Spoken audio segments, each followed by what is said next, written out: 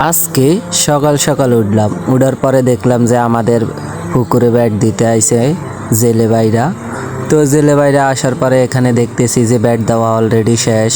তা আমাদের নোয়াখালীর ভাষায় এটাকে ব্যাটে বলে, কোন জায়গায় কি বলে অবশ্যই জানাবেন কমেন্টে। হ্যাঁ, তো পরে এখানে দেখতেছি তারা মাছগুলো ভাজতেছে, ভাসেছি লইতেছে, গুঁড়াগুলো আলাদা করে বড়গুলো আলাদা করতেছে। আপনারা দেখতেছেন, মানে গ্রামের দৃশ্যগুলো দেখতে এরকম অস্থির লাগে আর কি। তো দেখতে দেখতে এখানে কিন্তু 1 ক্যারেট আমাদের গুঁড়ো মাছ হয়ে গেছে আর কি। তো এগুলোর থেকে দেখতেছি একটা বড় মাছও বাড়াইছে, অনেক সুন্দর দেখা যায় গুঁড়া মাছগুলা।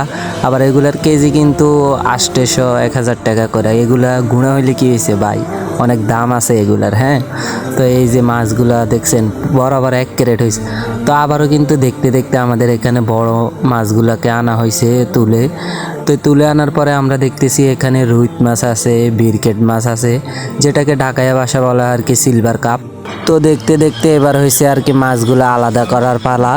তো এখন আমাদের এখানে হয়েছে কি, যারা জেলে বাইরে আছে তাদেরকে দেওয়া হয় 2টা, আর যারা হয়েছে নিজস্ব যাদের পুকুর আর কি তাদের হয়েছে 10টা আর কি। তো মানে 10টায় মানে 2টা দেওয়া হয় তাদেরকে।